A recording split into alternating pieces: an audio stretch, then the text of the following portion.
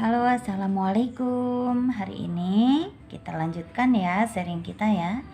Ya, siapa sih di antara Anda yang termasuk ibunda yang pengen tuh memberikan pembelajaran kepada putra-putrinya sendiri di rumah?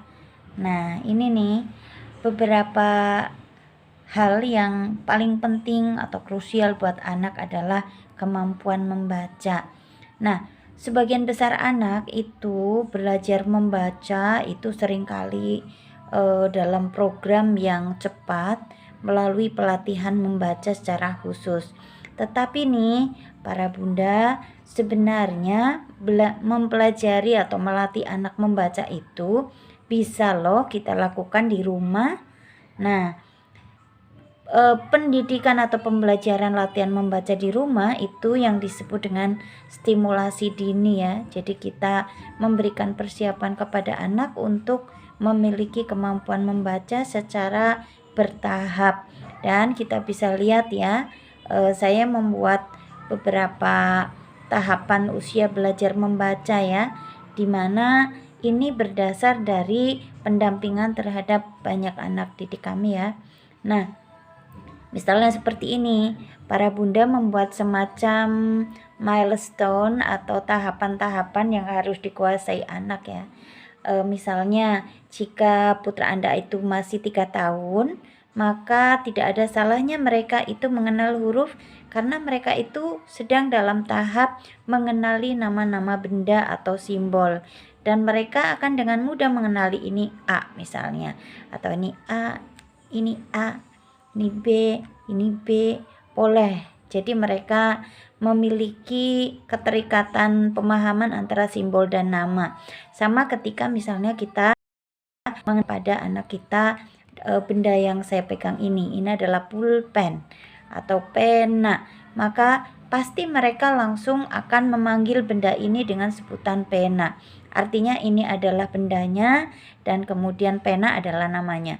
Begitupun anak 3 tahun dikenalkan dengan bentuk seperti ini dan memanggilnya A. Sehingga seringkali saya mengajak anak-anak, ini boleh dipanggil A, ini boleh dipanggil B, atau disebut atau dipanggil. Nah, jadi 3 tahun mereka sudah bisa mengenal dan jadikan ini seperti lagu dan menjadi sebuah pembelajaran yang santai, bisa dilakukan dalam satu kurun waktu 1 tahun.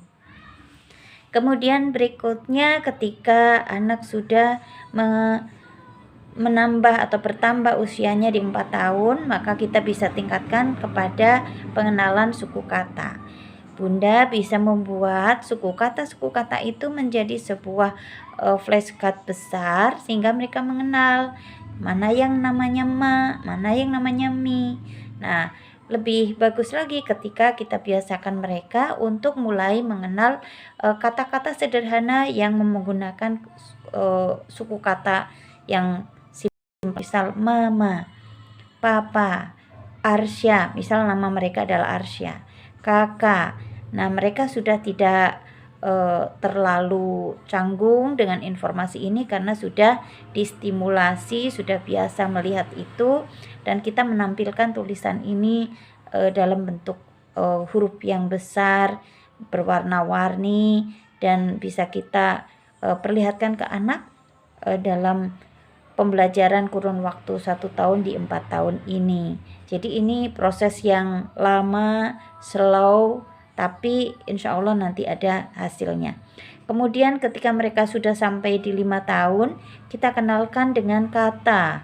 Nah, untuk memudahkan mereka, kita sajikan tulisan kata dan benda.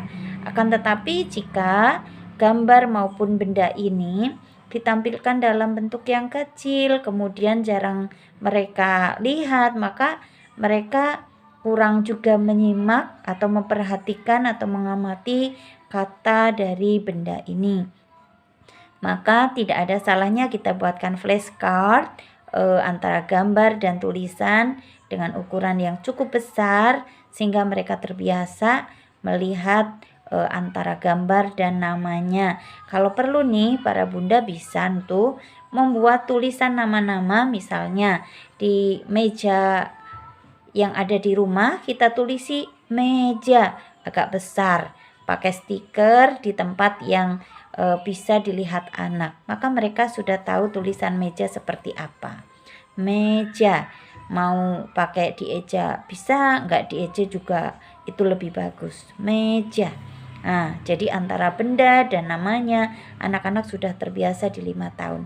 Kemudian pada kurun waktu 6 tahun, nah kita bisa mulai mengajarkan kalimat dalam tulisan-tulisan yang sering kita tampilkan. Aku, saya. Kebetulan mereka kan di sekolah juga mendapatkan pembelajaran juga. Nah, di rumah kemudian kita bisa sering menampilkan tulisan-tulisan, maka mereka akan lambat laun tanpa kita program secara mendesak, artinya programnya harus cepat-cepat, mereka sudah mulai bisa membaca. Nah, kemudian kita bisa lebih fokus lagi setelah ini menggunakan rangkaian modul, di mana modul itu memastikan kemampuan anak membaca dari awal sampai akhir dan lancar. Terus kemudian insya Allah di usia 7 tahun mereka sudah memiliki kemampuan membaca dan tinggal melancarkan. Tapi ngomong-ngomong, emang anak-anak usia 6 tahun ke bawah emang harus bisa membaca ya Bun? Kalau menurut saya sih itu akan memudahkan mereka belajar di kelas 1 atau di usia mereka 7 tahun.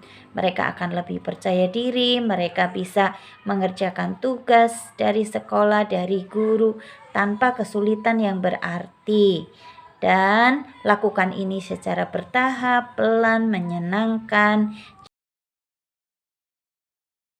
Yang lihat Bunda, ternyata kita bisa mengajari anak membaca di rumah ya, dan tidak harus dalam waktu yang sangat singkat. Jadi ada yang disebut dengan stimulasi dini.